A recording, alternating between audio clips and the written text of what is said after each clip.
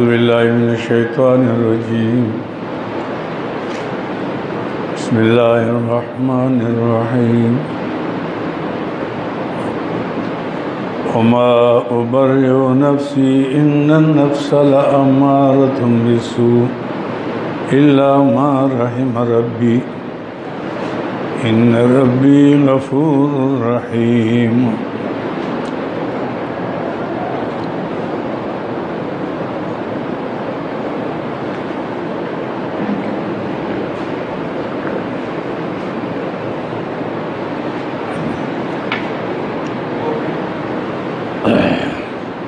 یوسف علیہ السلام نے جب بادشاہ کے لیے یہ پیغام بھیجا کہ میں تب جیل سے آؤں گا کہ پہلے فیصلہ ہو جائے کہ میرے بارے میں جو الزام ہے اس میں کتنی حقیقت ہے، پہلے صفائی ہو جائے تو پھر میں آتا ہوں۔ یہ نبی کی عظمت ہے، ایک نبی کے اس موقف سے اور اس ہمت سے اور استقلال سے تمام انبیاء علیہ السلام کی عظمت اور عصمت جو ہے یہ واضح ہو گئی کہ اگر میں اسی طرح جیل سے گیا 8 سال رہا اور اب میں چلا جاؤں تو دنیا یہ کہے گی کہ جی نبی بھی غلطی کر سکتا ہے، اگر غلطی نہ کرتے تو جیل میں کیوں رہتے؟ تو میری صفائی ہو جائے۔ اب دیکھو پورے انبیاء علیہ السلام کی ترجمانی کی انہوں نے ذات پر، اس لیے تو اللہ نے شان دیا، پوری صورت اللہ نے ان کے فضائل مناقب پر اتاری۔ حضرت امام بخاری رحمۃ اللہ علیہ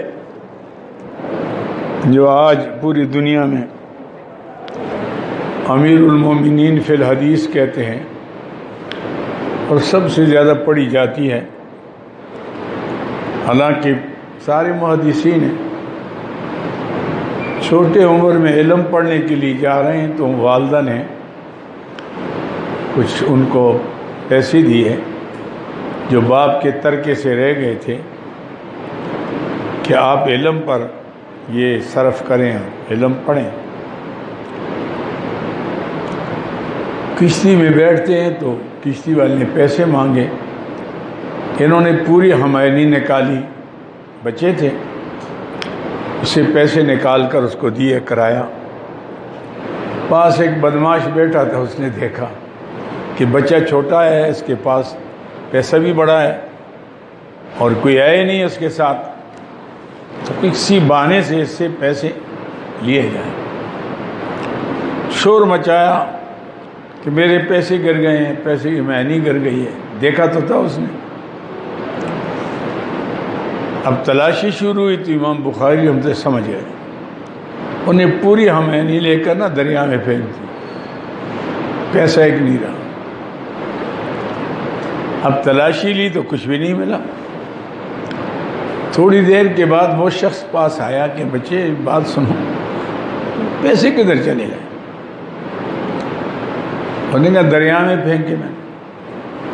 انہوں نے کہا دریا میں کیوں پھینکے؟ میرے کام تو آ جاتے۔ انہوں نے کہا آپ کے کام آ جاتے لیکن میری پوری برادری بدنام ہو جاتی کہ طالب علم چور ہوتے ہیں، تو میں نے اپنی برادری کی عزت بچائی، چلو پیسے نہیں ہیں۔ تو یہ ہے مسئلہ اصل، ایک آدمی کے اندر اللہ تعالیٰ یہ صلاحیت دے دے کہ وہ اپنی پوری برادری کا، علماء کی برادری، طلباء کی برادری کا خیال کریں تو دین کی بڑی سربلندی ہوتی ہے، عزت ہوتی ہے۔ حضرت یوسف علیہ السلام اتنے سال جیل میں رہ کر مستقل مزاجی کا یہ عالم ہے، کہتے میں نہیں جاؤں گا، پہلے آپ جائیں بادشاہ سے پوچھیں ما بال النسوات اللاتی قطعن ایدیہن، ان عورتوں کا کیا حال ہے جنہوں نے ہاتھ کاٹے۔ بادشاہ بھی بڑا ہوشیار تھا، اس نے ایسا سوال کیا تاکہ عورتوں کو یہ معلوم ہو کہ یہ تو پہلے سے جانتے ہیں۔ قال ما خطبکن اذ راوتن یوسف، کیا حال تھا جب یوسف کو تم اس کے نفس سے بے قابو کر رہے تھے؟ عورتیں سمجھی کہ اوہ بادشاہ کو تو پتہ ہی ہے۔ انہوں نے کہا جی واللہ، اللہ کی قسم، ہم نے ان کے آنکھوں میں کوئی قسم کی ایسے خیانت نہیں دیکھی۔ باقی تو چھوڑا، آنکھیں بھی ایسی تھی، نظر نیچے، نگاہ ہی نہیں کی ان کے طرف، یوں نکل گئے۔ عزیز مصر کی بیوی کہنے لگی بس لے جاؤ لے جاؤ، کوڑ رہا نشتے بکا کوڑ تو واپس ہو۔ عزیز مصر کی بیوی کہنے الان حسس الحق، اب تو بات واضح ہوگی، یہ کوشش میں نے کی تھی اس کو قابو کرنے کے لیے کہ بچ گیا۔ اللہ اکبر۔ یہاں یوسف علیہ السلام فرماتے ہیں کہ میں نے یہ اپنی صفائی اپنی شہرت کے لیے نہیں کی، اور نہ میں اس پر فخر کر رہا تھا کہ میں بچ گیا ہوں۔ یہ بھی ایک بڑائی ہوتی ہے، یہ تو اللہ کی مہربانی ہوئی جو اللہ نے مجھے بچایا، لیکن یہ بتانا چاہتا تھا میں کہ میں اتنا نمک حرام نہیں ہوں کہ جس نے مجھے بیٹا بنا کر گھر میں رکھا ہے اور میں اس کی بیوی کے لیے نیت خراب کروں۔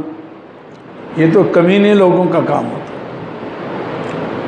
اور یہ بھی ان کو پتہ لگ جائے کہ جس کو اللہ منصب نبوت کے لیے چنتے ہیں وہ کتنے بڑے کردار والے لوگ ہوتے ہیں۔ وَمَا أُبَرِّئُ نَفْسِي، اور میں نہیں پاک کرتا اپنے نفس کو، ان النفس لأمارۃ بالسوء، نفس تو برائی کے طرف مائل کرتا ہے، الا ما رحم ربی، مگر جس پر اللہ میرا رب رحم کرے، ان ربی غفور رحیم، میرا رب جو ہے بخشنے والا مہربان ہے۔ بھائی یہ جب بادشاہ کو پتہ لگ گیا کہ بھائی اتنے عظیم کردار والا وفادار آدمی ہے جس نے یہ کہا کہ میں بادشاہ کو، عزیز مصر کو یہ پتہ لگ جائے کہ میں نے کوئی ایسی خیانت نہیں کی، تو جو آدمی مخلوق کے اس میں خیانت نہیں کرے گا وہ خالق کی امانت میں بھی خیانت نہیں کرے گا۔ تو بادشاہ نے کہا لے آؤ اس کو، ابھی تو صفائی ہو گئی، میں اس کو اپنا خاص مقرب بناتا ہوں۔ وقال الملک اوتونی، کہا بادشاہ نے، ریان ابن ولید اس کا نام تھا، بلایا اس نے، ایتونی بیلیو استخلص لنفسی، میں خاص اپنے قریب کر دوں اس کو۔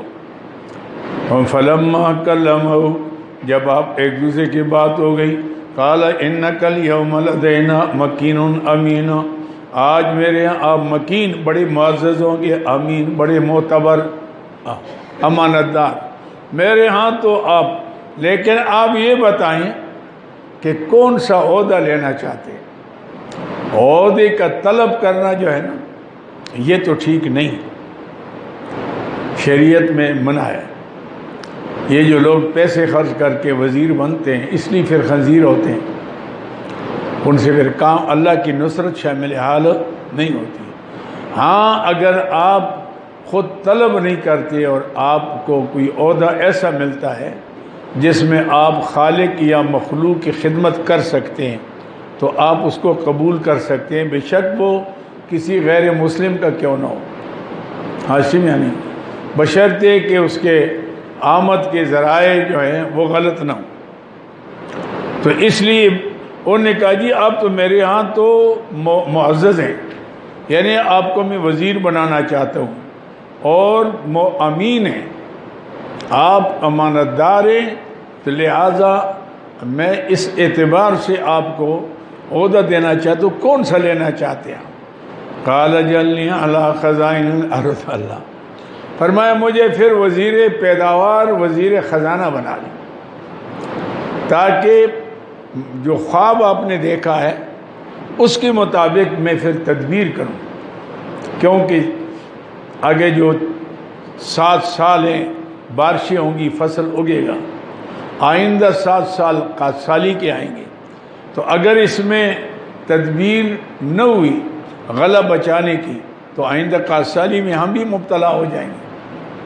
اور دوسرا یہ ہے کہ لوگ چونکہ دیانت زیادہ پیسے میں کرتے ہیں، تو پیسہ میرے پاس ہوگا نا تو اس طرح کرپشن بھی نہیں ہوگا۔ اجعلنی علی خزائن الارض، آپ بنائے مجھے خزانے کے، زمین کے خزانوں پر، انی حفیظ علیم، ایک تو میں دیانتدار ہوں، پہلی علت کیا ہے کہ حفیظ ہوں، اور دوسرے میں علیم، جانتا ہوں اس فن کو، کیونکہ کاشتکاری کا نظام شام کے اندر تو تھا، کنعان کے اندر، یہ دونوں چیزیں۔ وَكَذَلِكَ مَكَّنَّا لِيُوسُفَ، قابل بیان الکمال، اور ہمارا یہ کمال ہے، ہم نے ٹھکانہ دیا یوسف علیہ السلام کو زمین کے اندر، یعنی با اختیار بنایا اس کو۔ مَكَّنَّا فِي الْأَرْضِ يَتَبَوَّأُ مِنْهَا حَيْثُ يَشَاءُ، سکونت پذیر ہو جہاں چاہے۔